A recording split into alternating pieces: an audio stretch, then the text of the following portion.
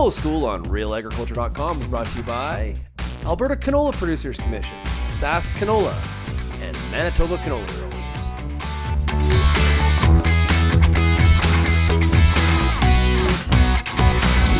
Joining us here on RealAgriculture.com now we have Anastasia Kubinec. She is the oilseed specialist with Manitoba Agriculture, Food and Rural Development.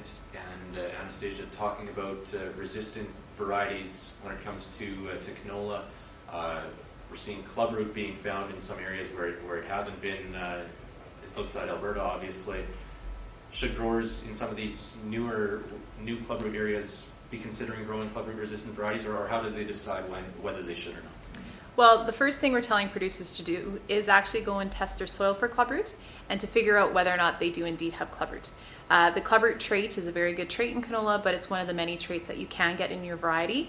And we feel in Manitoba, with such low levels of clubroot, but very, very high incidence of blackleg, that maybe some of the blackleg traits potentially could be rated higher than clubroot, but we need guys to figure out what exactly do they need. Also, maturity can be an issue in Manitoba, yield potential. So first of all, to figure out what you need for a variety, you need to figure out where your risks are and what traits you really want to access. So with clubroot, if a guy or a gal goes and tests their soil, they find out that they do not have clubroot in that soil, they then may have that trait lower on the list and then may go for a variety that's got a better yield for the zone that they're living in, or better blackleg tolerance if they have seen blackleg in that crop too. But testing is quite easy to do. There's a number of labs that can do it, and we do really encourage all producers in Manitoba to do that.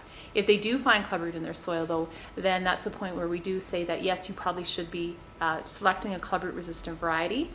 You should still be using adequate crop rotation though when you are using that variety, not thinking that you can grow canola because you have a clubroot-resistant variety, or canola wheat canola.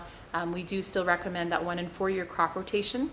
The point of that is the half-life of clubroot is about 4 years, and with the low levels that we do have in Manitoba, we do feel that if you're moving from 5,000 spores per gram of soil and in 4 years you're growing it again, you have potentially reduced it down to 2,500 or even lower, so we can get that clubroot down to very negligible levels so that it is not causing crop yield loss at all, and between your crop rotation and the resistance, that you are making sure you can grow canola very profitably for a very long period of time. So is it black or white, whether you have clubroot or not, when it comes to deciding to grow a resistant variety, or does it come down to concentration? Does that factor in? Well, it comes down to concentration. There are labs that will just give you a yes or no answer whether or not you do have clubroot. You do need to talk to the lab to see at what concentration they can actually test for. In Manitoba, we have 13 cases of clubroot. 11 of those were actually found in the soil only, not on plants. And those concentrations were ranging anywhere from, I think it was about 660 spores per gram of soil to about 10,000. Most of the labs, if they're just giving you a yes or no, their confidence level is around that 10,000 range. So if you're dramatically below that, they aren't necessarily picking it up. If you can go to a lab that can test to 1,000 or even 10,000, that is better. And then asking if they can actually provide you with the concentration too, and if it's a very low concentration, then you can make that decision that you're at a very low concentration. Maybe you're not going to go to a clubroot-resistant variety, even though we would recommend it if you're finding any clubroot, versus if you're having over 10,000 and you are not seeing galls yet, but that is kind of the line where you would start to see galls, then definitely you should be moving into a clubroot-resistant variety. But it comes down to the decision comes down to knowing what your biggest threats are and prioritizing. Yeah, exactly. Yes, we have a lot of blackleg in Manitoba. You may be lucky enough not to have blackleg, but maybe you are worried about clubroot because you live in one of the RMs where they have seen clubroot.